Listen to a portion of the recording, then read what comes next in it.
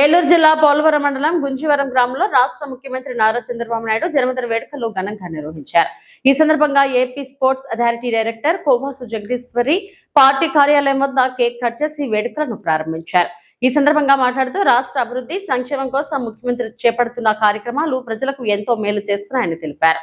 అనంతరం నియోజకవర్గంలోని 7 మండలాలకు చెందిన నిరుపేద మహిళలకు కుట్టు మిషన్లను పంపిణీ చేసి స్వయం ఉపాధి దిశగా ప్రోత్సహించారు. ఈ కార్యక్రమంలో టీడీపీ నాయకులు, అభిమానులు, కార్యకర్తలు భారీగా పాల్గొని ఉత్సాహంగా వేడుకలను నిర్వహించారు.